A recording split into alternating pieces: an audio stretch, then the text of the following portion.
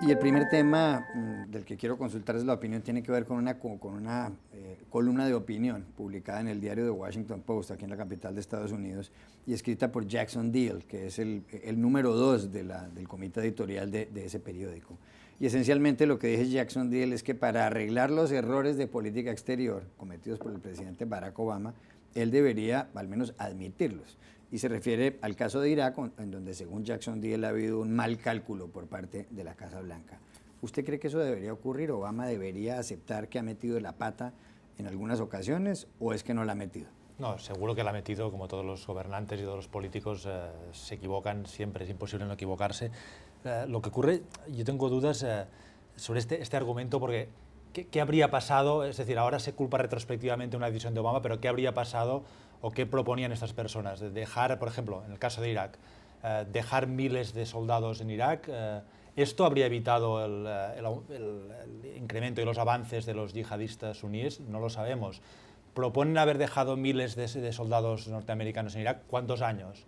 ¿Décadas, como en Alemania y como en Japón? No creo que nadie en Estados Unidos quisiera eso. Como ha explicado Obama, la retirada fue fruto del fracaso de un acuerdo que se estaba negociando con el gobierno de Irak, no funcionó. Es decir, es posible que sea un error, pero no sabemos lo que habría ocurrido. Lo mismo pasa con Siria. Ahora se ha reabierto el debate. ¿Habría tenido que intervenir Estados Unidos en Siria? Si hubiese intervenido en Siria hace un año o hubiese armado a los rebeldes sirios como proponía en su momento, y ahora ha recordado Hillary Clinton, la exsecretaria de Estado, esto habría evitado los avances de los suníes del Estado Islámico. Bueno, o quizá estas armas habrían llegado a los suníes del Estado Islámico y serían todavía más fuertes. Esto no lo sabemos, es un poco historia ficción, historia retrospectiva. El editorial compara los errores de Obama con los errores de Bush. Hombre, yo creo que esto es un poco exagerado, ¿no? Bush invadió un país sin autorización de la ONU, han muerto más de 4.000 norteamericanos, han muerto decenas de miles de iraquíes. Creo que es una comparación un poco atrevida. Y luego, finalmente, hay una idea de que Estados Unidos es omnipotente. Cualquier problema que hay en el mundo es culpa de Estados Unidos, en el mar de China, en Ucrania, en Oriente Medio.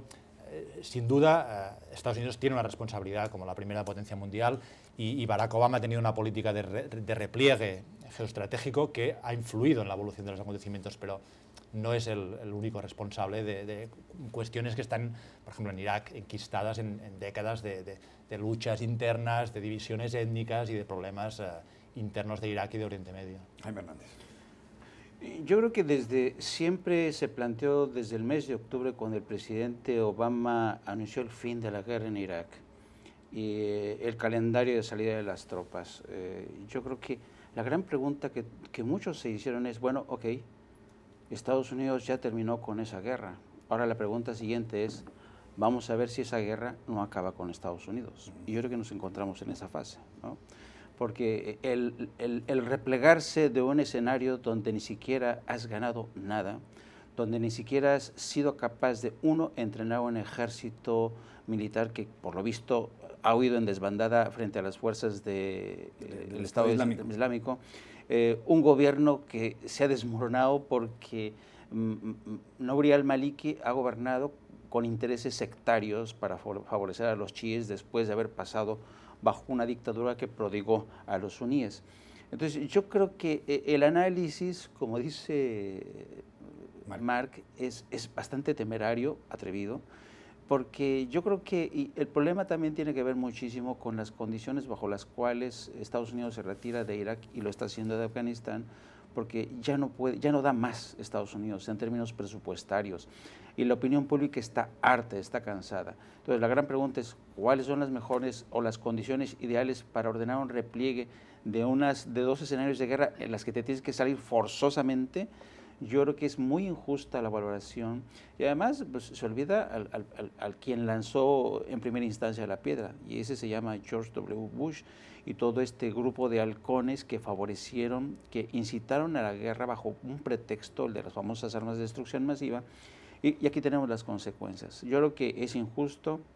El presidente ciertamente ha cometido errores, pero son errores de cálculo que tienen mucho que ver, uno, por las limitaciones presupuestales y dos, sobre todo, por el cálculo político en tiempos electorales. está este argumento de Jackson Deal en el diario de Washington Post, escrito en una columna que se escribe a toro pasado, cuando ya todo ha ocurrido y eso ya... Sí, desde la perspectiva también de Jackson Deal, que ha sido en sus columnas bastante conservador en su ideología.